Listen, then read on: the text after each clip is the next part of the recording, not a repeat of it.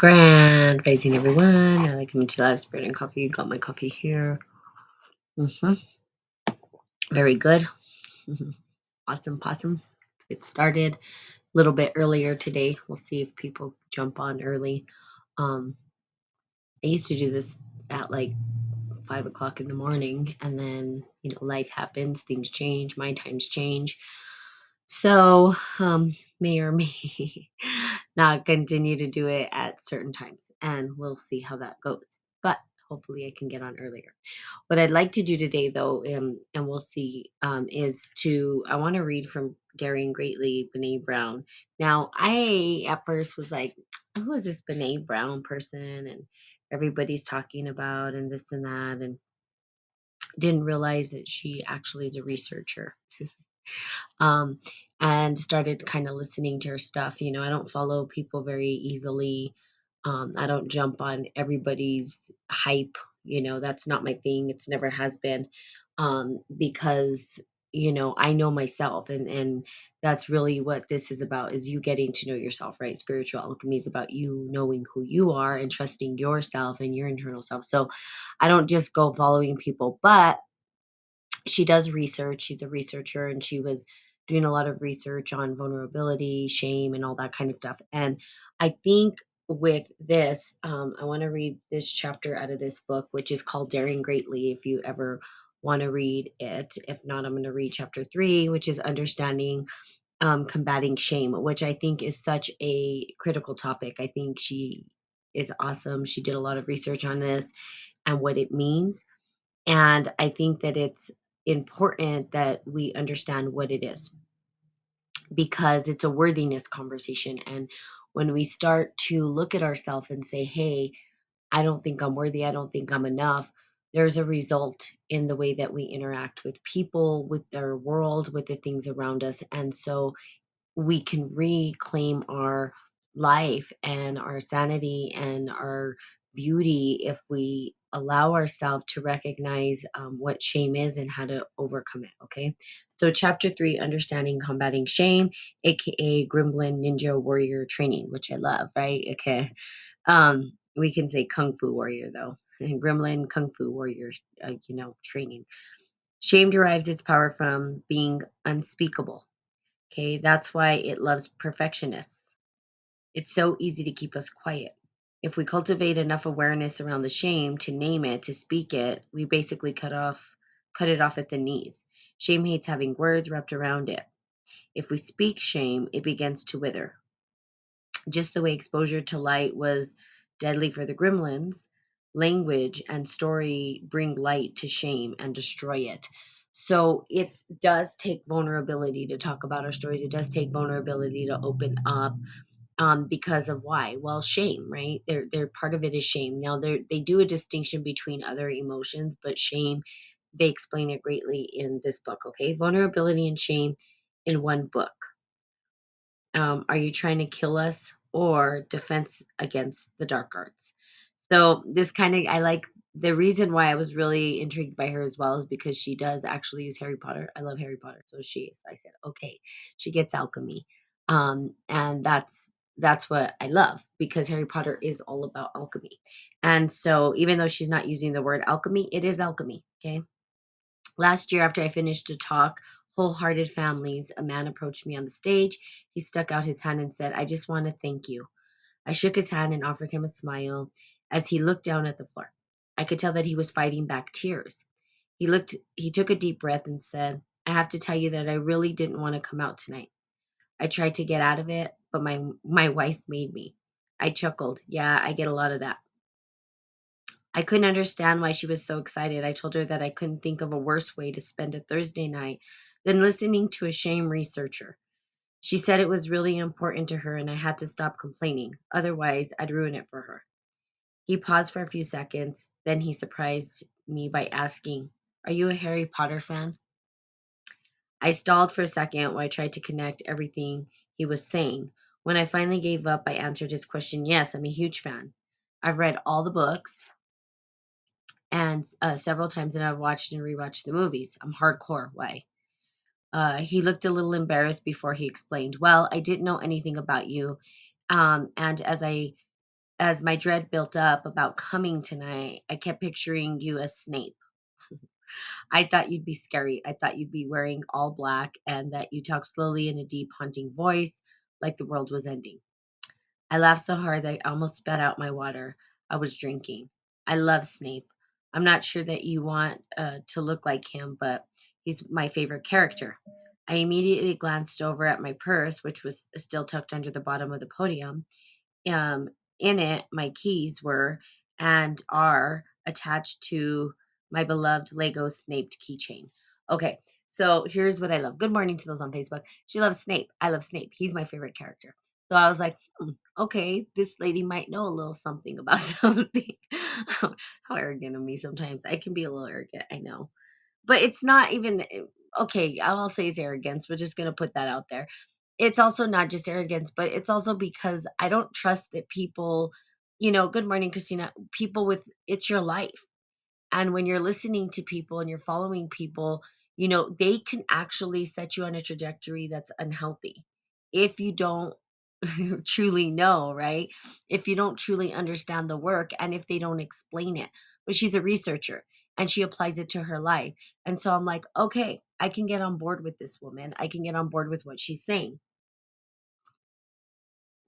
Plus, she understands that Snape was the best character. Totally agree with her. I could probably have a whole conversation of why. And we could probably go back and forth, okay? In my opinion, he was the greatest alchemist in the storyline. People make fun of him in other ways, but he was, okay? He was able to transmute all of that pain into unconditional love, which is not easy to do. Even though it didn't seem that way, he did, right? Yes, I recently did a social media cleanup and it's accurate. Positive energy, promote positive energy. Absolutely.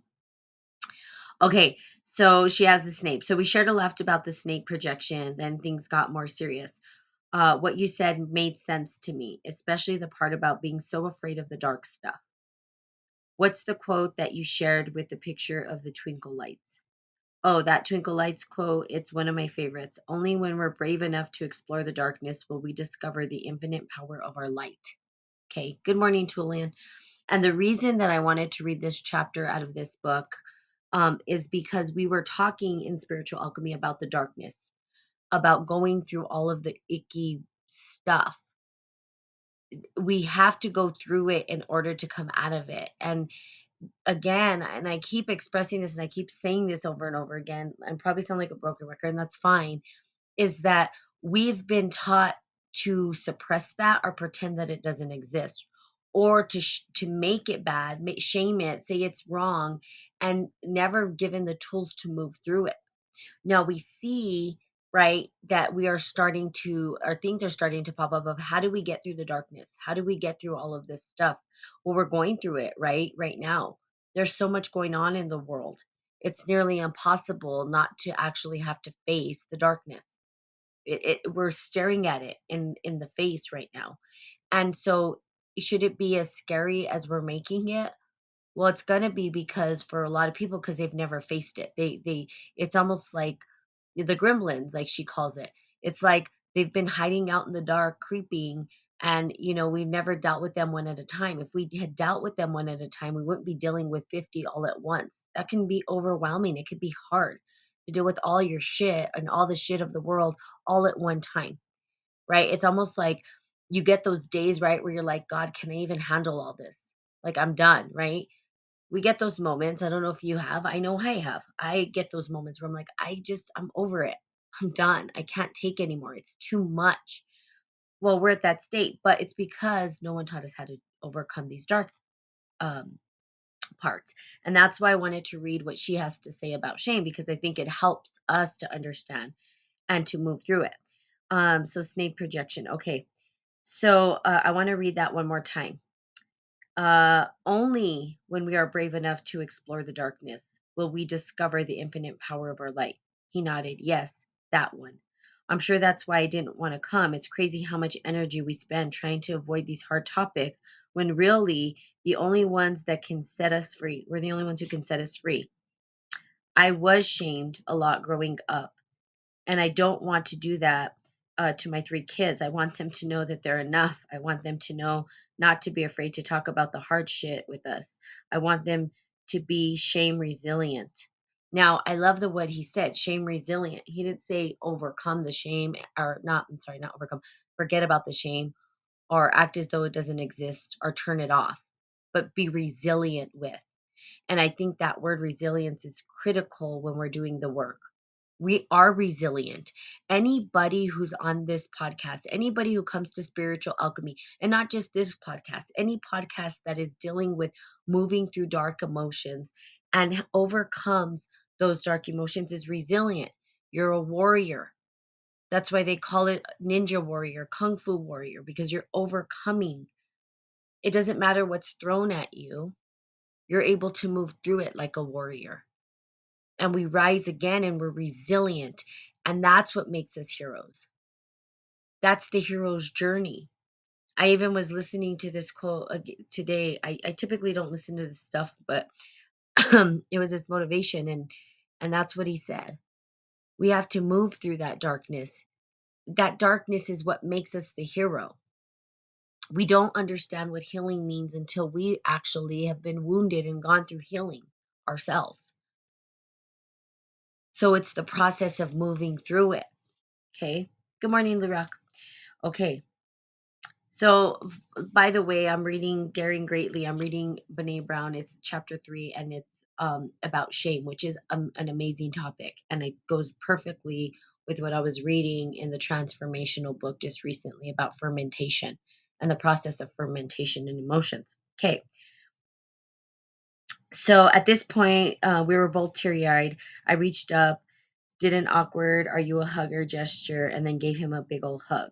After we let go of our "this stuff is hard, but we can do it" embrace, he looked at me and said, "I'm pretty bad at vulnerability, but I'm really good at shame.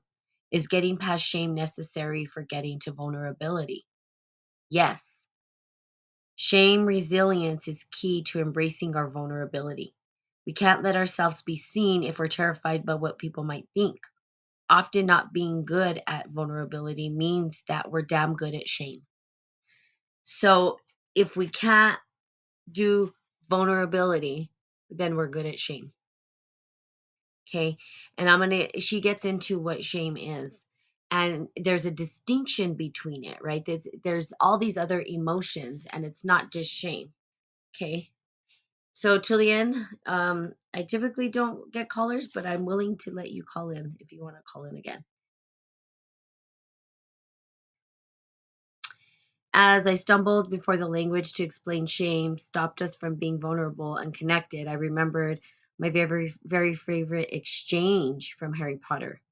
Do you remember when Harry was worried that he might be bad because he was angry all the time and he had the dark feelings? Okay. Now, this part to me is the hardest part, right? And I get choked up at this part because, and I'm sharing this with you, and I wish Lou was still here. I think he got off, but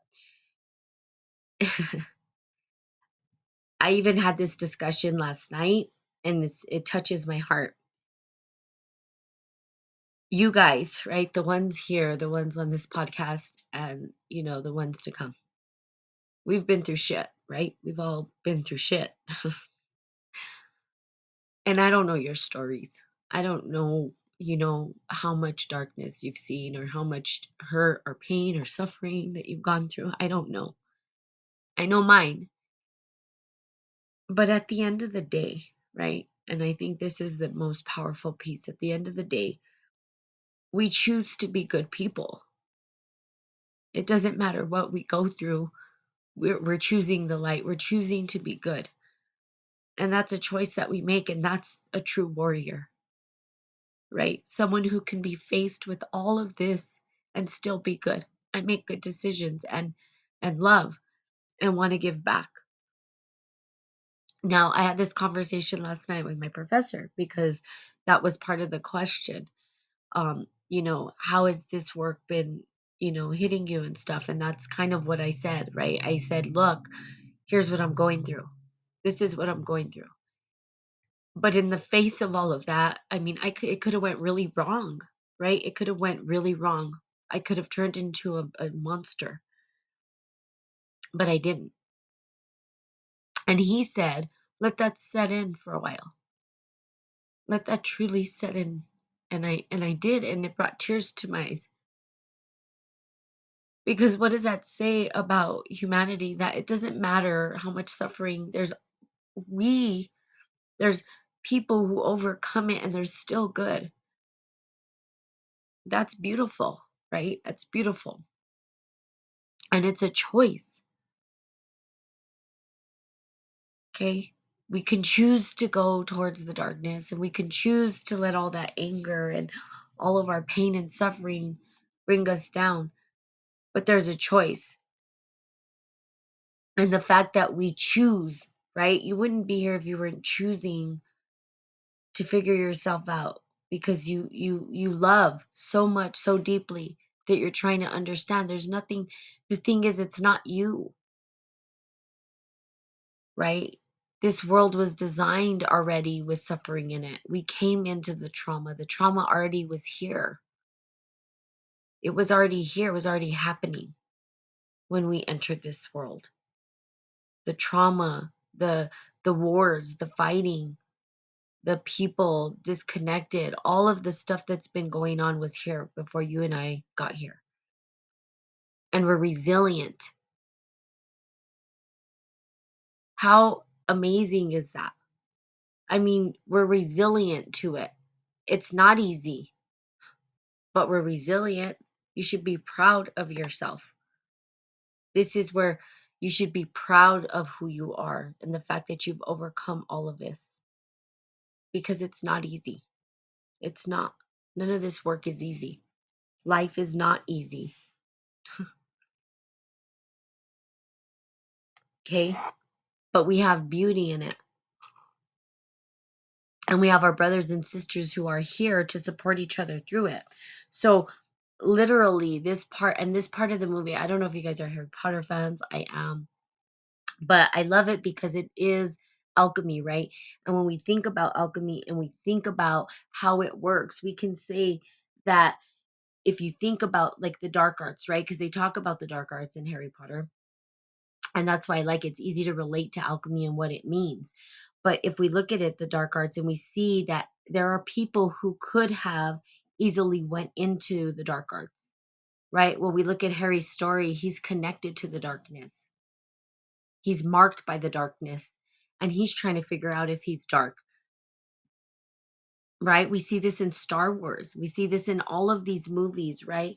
But those who choose to be resilient and move through that darkness and choose to be good anyway, those are the real warriors.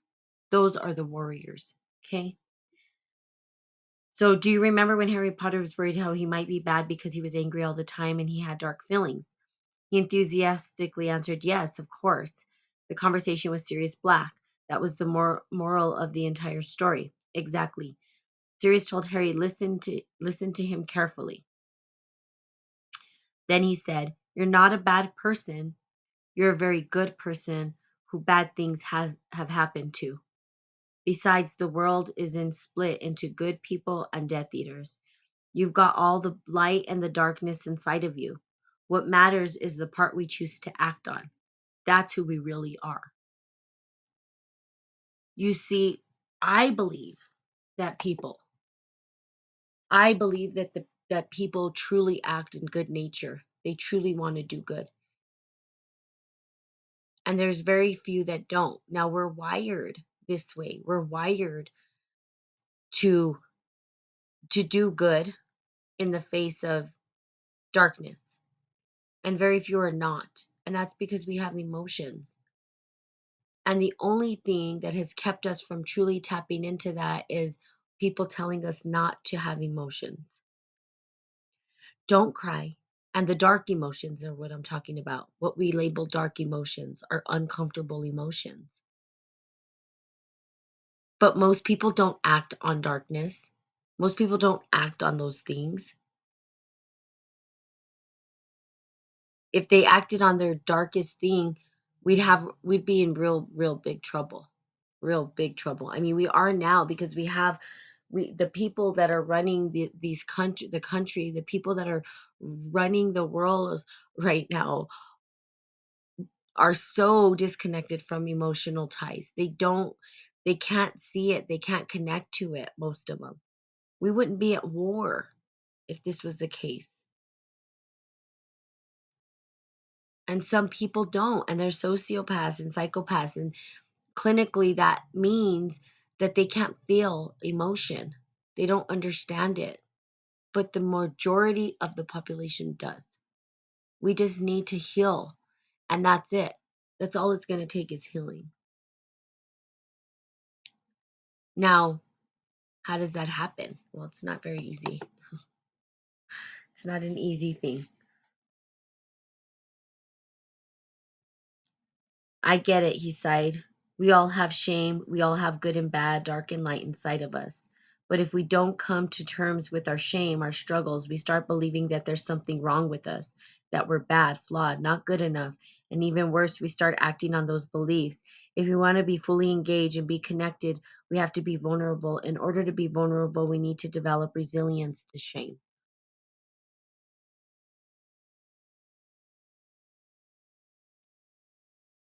Okay. See, let's see what she said. Christina, she has a lot to say here. Yes, recently I did social media cleanup. Oh, yeah, we read that. I found that vulnerability and shame is higher. We've been taught not to share.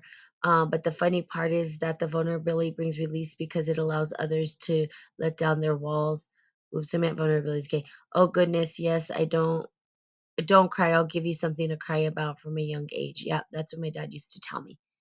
So my dad used to tell me this. He would be so here's the deal. I'll give you what kind of a story of mine, right? Invulnerability.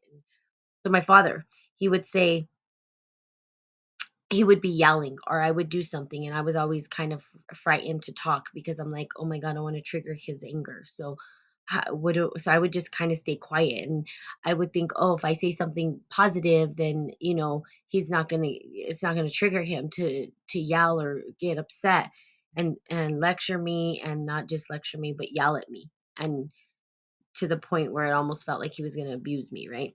So I said, "Okay." I would stay quiet and then I would say something like, oh, dad, I'm going to be doing this. And then it didn't matter what I said. It was always going to turn out into something and it was always going to be yelling and it was always going to be abuse. Okay, so fine, whatever. So all this yelling, whatever, I'd start crying because what do you do? Like, I was like, what did I do wrong? Like, I was just trying to, be nice. Anyway, see, I'm going to cry now. It would come up, right? And I would start crying. And then he would look at me and say, keep crying and I'll give you something to cry about. Right? So I had to stuff down the tears and cut off my throat chakra, which is probably why I have thyroid issues now, right? As an adult. Okay. So I'm getting very emotional today, obviously. But that, right? Being unable to communicate and to cry, it screwed me up. Right? I was like, okay, you're going to give me a reason to cry. You already have. But what more reason are you going to give me? Like, hit me? Abuse me? Like, what? So now, do I live in those past stories? No, but the trauma's there, right? It's there inside of me and I have it, but I don't choose to act on it. I don't choose to, what I choose to do is transmute it and love. And, with my father, I'm like, oh, he's sick. Like, I understood this. Like, my dad's going through this thing. He's not well. Obviously, he's not well if he can't be kind, right? He didn't know how. So, moving through that, right? Now, later on, he's learned, it took him years to overcome that, but still the vulnerability of I'll give you something to cry about after you're already crying, after they're already set the abuse in motion and then they want to put more abuse on it, and then they stuff down like, don't cry, it's not good. It's like, obviously I'm crying for a reason, right? I'm not just crying for no reason. I don't just randomly cry. Like, I was good at regulating my own emotions. Hey Baram, how are you? Hey, what is this? D graft. Salute to you guys. Yeah. So really hard. Now, I don't know, you guys may or may not have been. Like I said, I don't know your story, don't know what you've gone through, but we all have gone through some sort of suffering. So we share it together. And if we learn to share it together, we can overcome it together. And when we start to connect in this way, the vulnerability, right? Then we start to heal the world.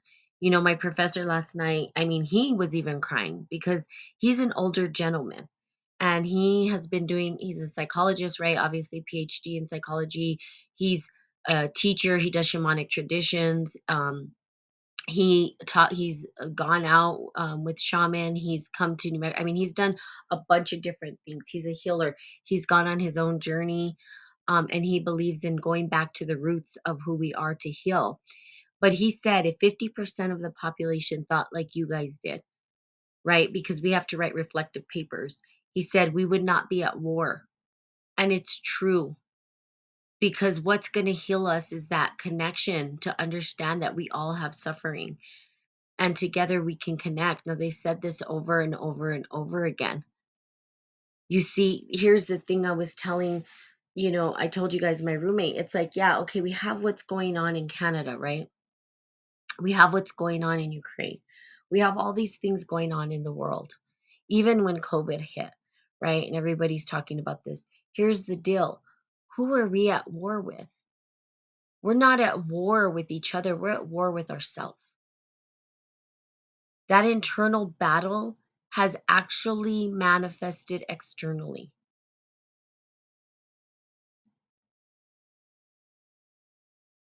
For us to get to that point, we have had to be internally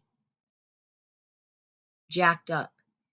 How are we going to heal this, right? Well, you've got to heal yourself. And if, for instance, let me just put it this way, and it's very simple, but not so simple. I like to use Jesus Christ because I think it's the greatest example of, it's one of the best examples, not the only example, but one of the best examples of someone who saw humanity's suffering and their plagued sickness and wasn't mad at them for it, loved them regardless of it, didn't fall into it. He could have, right? What could he have done? He could have said, you know what, I'm going to fight back. But guess what? He would have just fed into the sickness, right? And that's the harder thing to do, to sit there when people are attacking you, not to do anything and love them anyway. Not easy. It's not. But most people choose that, or they choose shame, or they don't choose to talk about the vulnerability. If we opened up and talked about the vulnerability in our life, if we opened up and talked about those emotions and had a safe place to do that, we would start to heal. But where? Who has a place to do that? Do you have a place to do that? I'm asking you guys, do you? If you do, you're blessed. Good morning, Freedom. But if you don't, where do you go? There's nothing wrong with you, right? Maybe bad things happen to you, but that doesn't make you a bad person. And in the face of all this, it becomes really hard. Now, with Canada, I told my friend, if they do this peacefully and remain peaceful, no matter what happens, no matter if they're attacked or whatever, then they win. The second that somebody does something and there's fighting, there's no winning in that. We're just recycling the same suffering over and over again. And that trauma gets projected again and again and again and again. But here's the deal, I don't know that it stops in this three-dimensional time space we call life. I don't know that that storyline ever stops. If you guys watched 100, I don't know if you guys seen it, at the very end, yeah, maybe 5 people at the end choose to say, "You know what? We're done." Okay? But it takes healing and it takes vulnerability, and being vulnerable is not easy for a lot of people. It's really hard. The fact that I cried earlier, most people won't get on social media and cry and truly tap into their deep emotions, the suffering and the pain, and let it go. Do we live there forever? No. Okay. You move forward. You have resilience to it. Okay. So at this point, his wife was watching the start of the stairs. He thanked me, gave me another quick hug, and walked away. Just as I reached to the bottom of the stairs, he turned back and he said, "You're not Snape, but you're a damn good defense against the dark arts teacher." Um, Really good. Now, it was a conversation at the moment I'll never forget. On the way home that night, I thought about the line from one of the books in Harry Potter's detailing the fate of several unsuccessful defense against the dark arts teachers. One sacked, one dead, one lost his memory, and one was locked in a trunk for 9 months. I remember thinking, sounds about right. So when we think about the dark emotions, that's what it does. It kicks us in the ass. It's not easy. It's not. Okay. But what we choose to do, bad things can happen to us, but that doesn't make us bad. Okay. It's a choice. I won't go with the Harry Potter metaphor because I won't go on with the Harry Potter metaphor because I'm sure there are two that haven't had a chance to read the books. Um, but the incredible imagination made teaching shame a lot easier and way more fun. The allegorical power of Harry Potter lends itself to talking about everything from struggling between light and dark to the hero's journey and why vulnerability and love are the truest marks of courage. It is harder. So even in Harry Potter, if you guys haven't watched it, with um Malfoy, right? When Draco Malfoy, when he first meets Draco, and Draco says, you'll know who the right people are to hang out with or whatever, and he said, I can determine what's good or bad for myself. You know, in other words, don't project onto me what I should choose, and I'll choose what's right and what's good. But he knew instantly, and he chose, right? He chose to stand up in the face of somebody being cruel. That's not always easy, right? The underdog, if you will. Kind of like my life. That's what I do. I'm always like with the underdog. Let's go. You got this. Why? Because I've been there. I know what it's like. And it's not an easy place to be. It's damn hard. Not easy. But alchemy exists in this, right? And that's why I believe any alchemist is gonna love Harry Potter. This is why I like Brene Brown, because she gets it. There's an spiritual alchemic process to the storyline and the narrative. And the entire Harry Potter is about alchemy, to be honest with you. It is. The first one, the Philosopher's Stone. I mean, that's alchemy. So it is. And she takes a lot of the stuff that they talk about in alchemy and she applied it to her books. Is basically what she did. Now, Brene Brown is saying, well, now I can take what she's talking about in order to relate the information to shame. What does shame feel like? Um, and for that, I'll be forever grateful, she says. I didn't see out I didn't set out to become wild-eyed shame evangelist or defense against the dark arts teacher, but after spending the past decade studying corrosive effect of shame has on how we live, love, parent, work, and lead, I found myself practically screaming from the top of my lungs.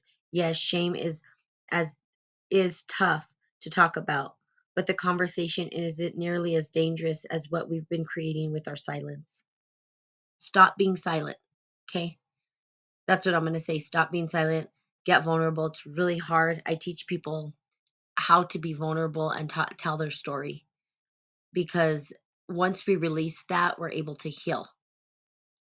Once we connect to a new narrative, and we can actually create new narratives, new stories, which is important. We've all experienced shame. We're all afraid to talk about it. And the less we talk about it, the more we have it. We have to be vulnerable if we want more courage, if we want to dare greatly. But what but as I told you, Harry Potter's friend, how can we let ourselves be seen if shame is terrified of what people might think? Let me give you an example. You're designed a product or written an article or created a piece of art that you want to share with a group of friends. Sharing something that you've created is vulnerable, and it's true. Create something and share it, right? Me creating Spirit and Coffee and sharing it, vulnerable. I've cried many times on here. I've shared many stories on here, more than most people would. I've exposed myself, basically. It's like the dreams, right? When you go into your dreams and you're standing there naked in your dream, that's vulnerable. You're being seen for who you are. And you feel, well, people are going to judge me. People, what are they going to say?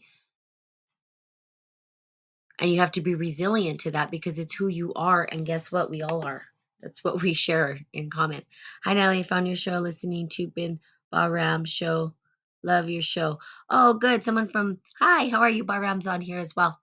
So somebody from your show said, listening. Thanks, Bahram. Yeah, it's amazing. So you see, that's the interconnection too with the human, is that we are all interconnected. Alchemy will magnetize those that are ready for a message to come together. Right. And we all interconnect in some way. Why? Because the storyline, the narrative is changing. We're drawing towards each other for a specific purpose. Right. Right now, I'm talking about shame and overcoming it. I don't know how that's going to land for your day. I don't know where that's needed in your life. Okay.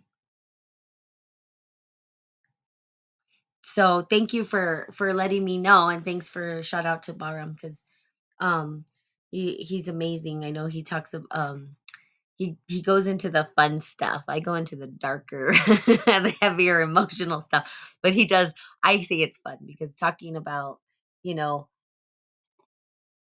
conspiracy theories and what everybody's doing, which is necessary, right? It's necessary to understand where everybody's at. Yeah, I'm glad you did too. Thank you, Baram. And it's rule, whatever. There's a couple people you've brought to me, and it's awesome. I'm very blessed and thankful. Um, the dialogue, right? The connection that we all have together, pretty cool. We are connecting even though we are not in the same space. Where are you from, Rural Black? Is that how you say your name?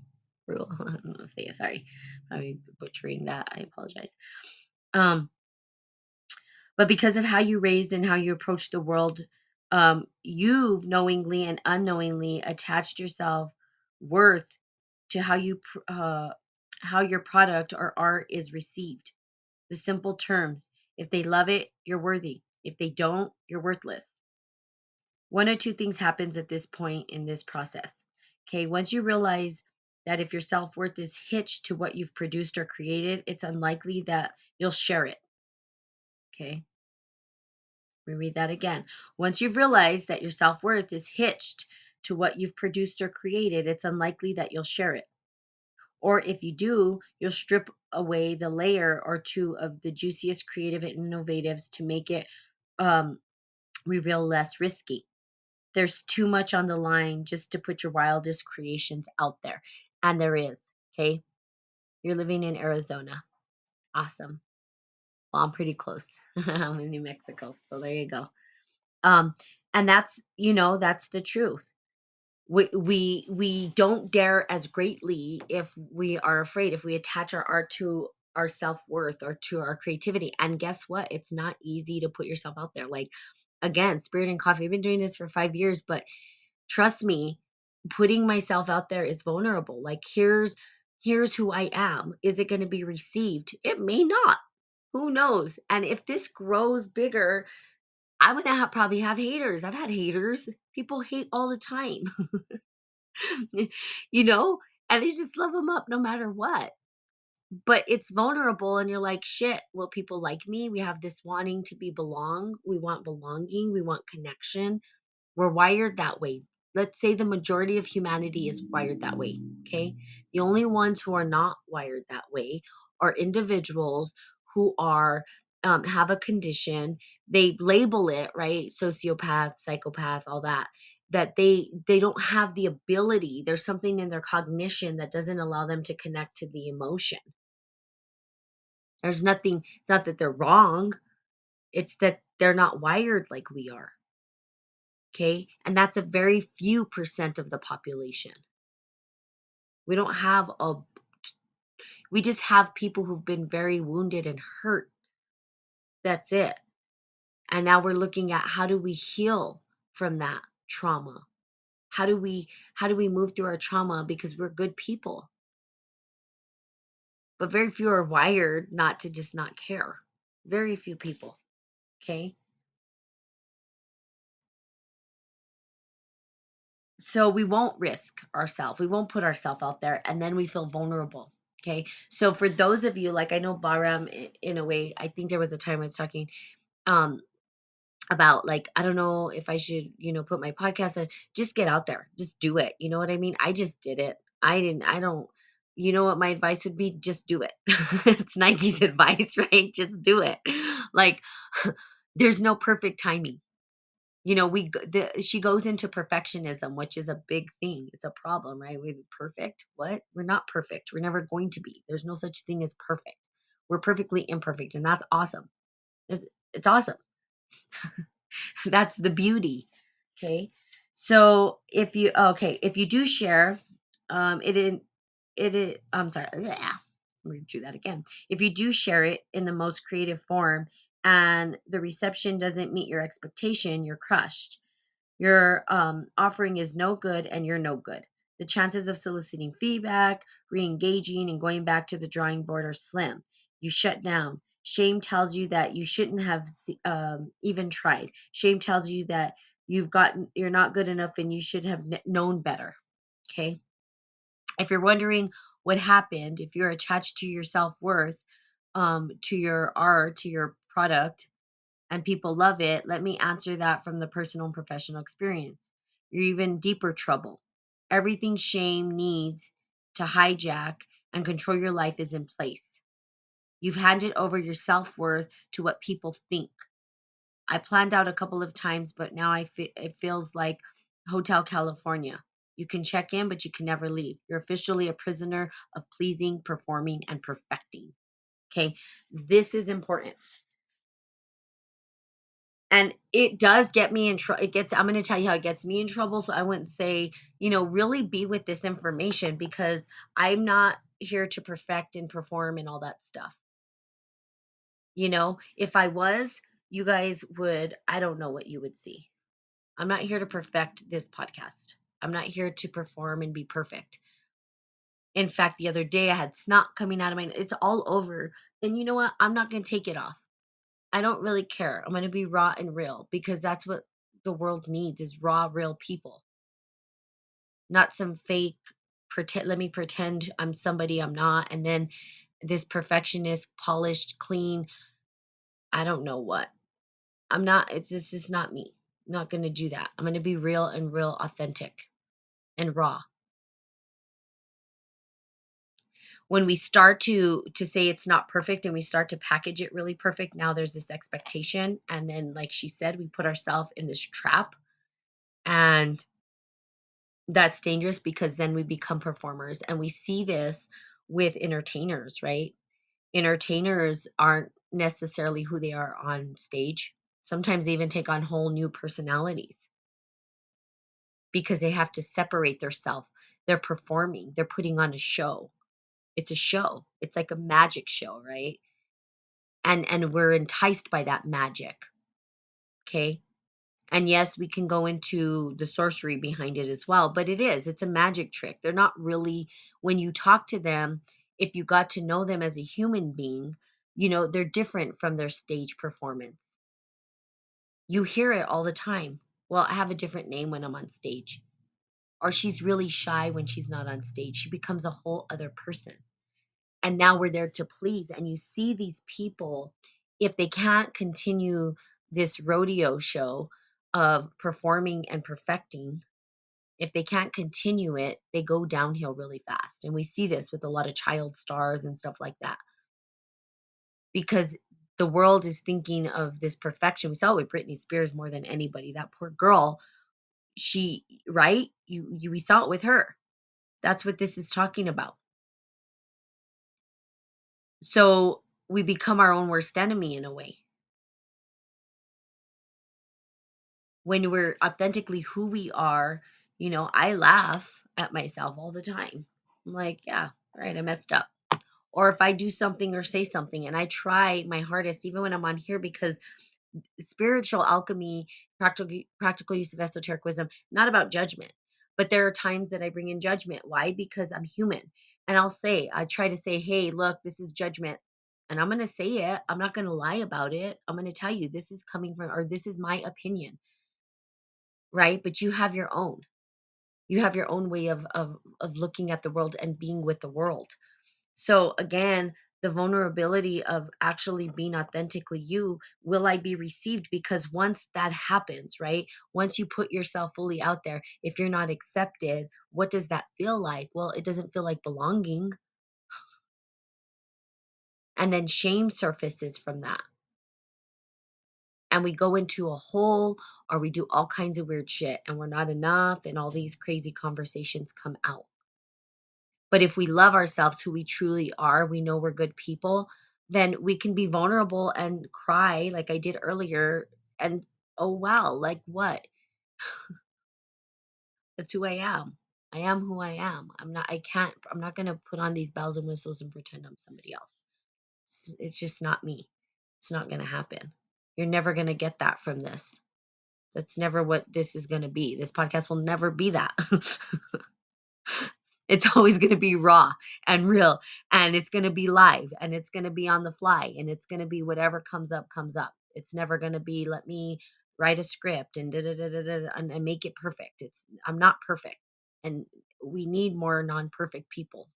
Well, we all are non-perfect, but we need more people to say, "Hey, I'm not perfect. Here I go. Accept me or don't."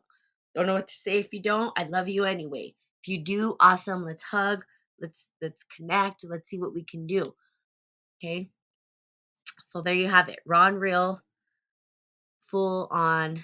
And you ain't even seen my face live, Ron Real. I used to get up in the morning, go in my pajamas and do my podcast. Okay. I'm not here to entertain and be like, hey, look at me. Yay, woo, which is fine. I'm not saying that's wrong that people do that. But what she's saying is that it's a trap. And that's what I love. We're not judging it. We're saying, hey, there's a consequence here when you perform. Okay. It's like Hotel California, like she says, you can check in, but you can never leave. You're officially a prisoner of pleasing, performing, and perfecting. I am not trying to be a prisoner of that. That's all I'm saying. It's okay if other people want to. There's nothing wrong with that. But it will have a consequence on them. Okay. Yeah. Own one's imperfections. Yeah. Yes. Amen. Woo. Okay. Okay, so I'm gonna continue on this tomorrow, and I'm probably gonna get on earlier, you guys. I think I'm gonna start doing earlier. If I start doing earlier, I might go longer. I don't know. But I'm trying to get up early. I'm trying this new practice. I'm ready for this new part of my life. And I want to continue reading Daring Greatly because I think going over shame is really critical. I think Brene Brown is awesome. Um, I have listened to a couple of her seminars. I recommend you listen to her. She talks about it from a place of a scientific mind woman. She's very, I would say, left brain. And she's battling herself, it sounds like, with recognizing that vulnerability is the key to human healing. And she's trying to figure that out for herself, and she's scientifically wanting an answer. She's like wanting the magic pill, right? At least that's how I see her. And she's not going to get a magic pill. There's no easy way out. And scientifically, she's realizing, oh shit, if I want to understand this, I have to actually go through it. And that is the truth. Science can stand on the outside pretending that they know. But when you look at the scientists' lives, I'd say, well, what is your quality of life? How are you living? Are you happy? Those are more important questions than what is the great discovery you found in science, because we are actually impacting the way science happens, right? We impact it in our observations. Anyway, I'm not going to get into that whole thing, but at the end of the day, how people live, their quality of life is what's important. That's what's going to heal us. That's going to heal consciousness. It's going to heal the world. And the more that you guys do this for yourself, right, the greater impact it's going to have. If we can tip the scale, if people could really, truly have resilience to shame, resilience to their dark emotions, work through their dark emotions, and come out and still choose to be good people, if we could get 50% of the population to do this, we have a chance at the greatest healing we've ever seen, because now we have the greatest population on the planet. And all those people can heal their consciousness and heal that plague of suffering. Will it happen? I don't know. But I'm committed. I'm committed to it, obviously. I've committed my whole life to it. So there you go. All right. So I love you guys. Have a fantastical day. Oh, I can't get on tomorrow. I'll see you guys Monday because I work tomorrow. Sorry. It's one day I work. So I'll be at work. But I love you guys. Byron, keep at it. I'm so proud of you for your, um, you getting on there and educating people and doing your thing. It's totally awesome. Keep going. And for those who are interested in like doing their podcast or like stumbling with how they want to express their vulnerability, reach out to me.